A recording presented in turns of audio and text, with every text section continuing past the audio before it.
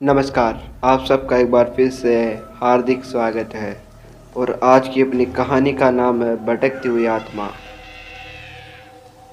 आज आप लोगों को एक ऐसी कहानी सुनाने जा रहा हूँ जिसका नाम भटकती हुई आत्मा है और ये एक भटकती हुई आत्मा के बारे की में कहानी है।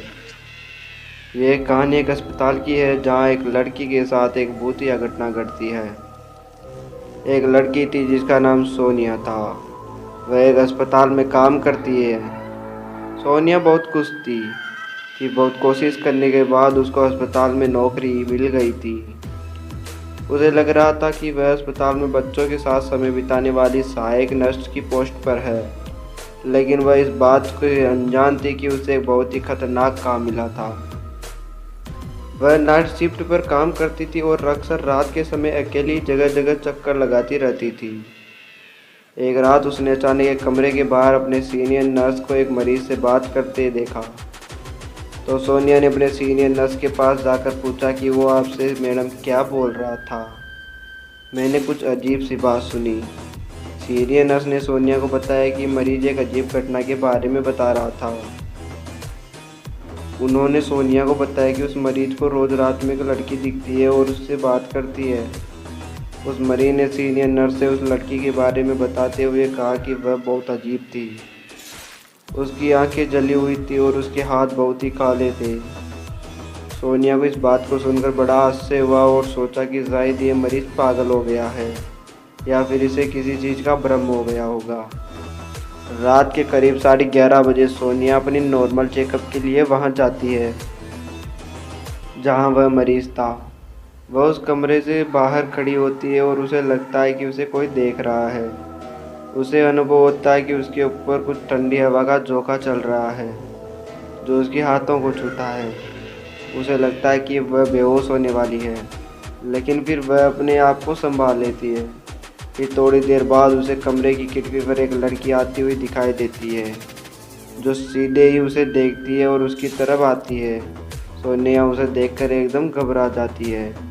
वह लड़की बहुत अजीब थी और डरावनी दिख रही थी। उसके हाथ बहुत ही काले और जले हुए लग रहे थे। उसके बाल एकदम सफ़ेद और आँख कान जले हुए थे।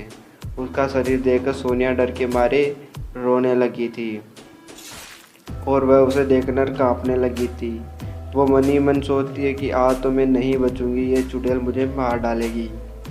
फिर सोनिया उसके सामने हाथ जोड़कर बोलती है, देखो मुझे मत मारो, छोड़ दो मुझे।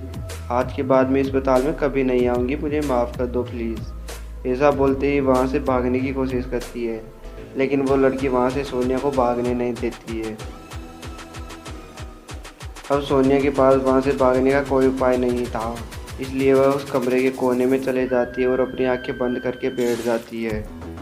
फिर उस चुड़ैल ने सोनिया के नज़दीक आकर कहा, मुझे बचाओ, मुझे बचाओ। इस घटना के बारे में उसने सारे स्टाफ को बताया, लेकिन किसी ने भी उसकी बात नहीं मानी। वही लड़की उसके पास दूसरे दिन भी आती है और यही बोलती है कि मुझे बचाओ। फिर सोनिया उससे पूछती है कि आखिर तुम्हें क्या परेशानी है, मुझे बताओ, मैं तुम्हारी मदद करूंगी।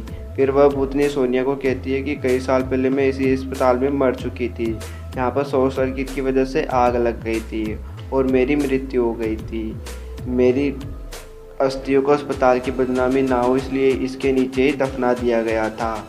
अब मैं भटक रही हूँ, तुम बस मेरी इतनी सी मदद कर दो कि मेरा जो शरीर है उसे वहाँ से निकाल कर जला दो ताकि मुझे मुक्ति मिल सके।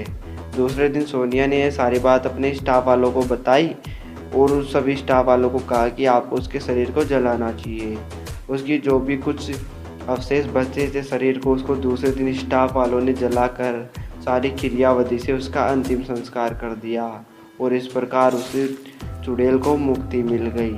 अपनी ये कहानी आपको कैसी लगी कमेंट करके ज़रूर बताना। मिलते हैं हमारी ऐसी मज़ेदार अगली कहानी में। तब तक के लिए आप चैनल को सब्सक्राइब करके ज़रूर से रख लीजिए।